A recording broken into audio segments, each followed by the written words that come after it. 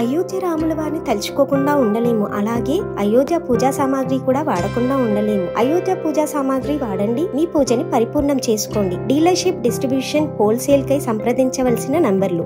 రైతు రుణమాఫీకి పైసలు రెడీ. 15 ఆగస్టు నాటికి మరో 9,000 కోట్ల రుణం ఈ నెలాఖరు నుంచే రైతుల ఖాతాలో జమ చేసే ప్లాన్. కార్పొరేషన్ అవసరం రాదన్న ఆఫీసర్లు భూములు అమ్మాల్సిన పని లేదని క్లారిటీ. ఇప్పటికే ఖజాన్లో 15,000 కోట్లున్నాయట. ఇంకా మరో 9,000 కోట్లను 15 ఆగస్టు నాటికి సమకూర్చుకునేందుకు ప్లాన్ చేస్తున్న సమాచారం. సీఎం రేవంత్ రెడ్డి నుంచి ఆదేశాలు రాగానే నిధులను ఈ నెలాఖరు నుంచే రైతుల ఖాతాల్లో జమ చేసేందుకు ఏర్పాట్లు చేస్తున్నట్టు విశ్వసనీయ వర్గాల ద్వారా తెలిసింది. రుణమాఫీ కోసం 31,000 కోట్లు అవసరం అవుతాయని ప్రభుత్వం ముందుగా భావించిన విధి విధానాలు తయారు చేశాక ఆ ఖర్చు కొంత మేరకు తగ్గే అవకాశం ఉందని అధికారులు చెప్తున్నటువంటి మాట. రైతు సోదరులారా, 2 లక్షల రూపాయల రుణమాఫీ చేయబోతుంది 15 ఆగస్టు లోపట.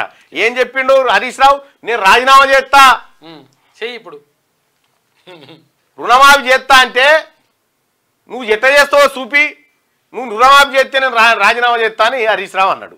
మరి రాజీనామా కట్టుబడి ఉన్నావా? ఇప్పుడు మాట మీద ఉంటాడా? మాట మీద ఉంటావా? మాట పక్కకు ఉంటాడా?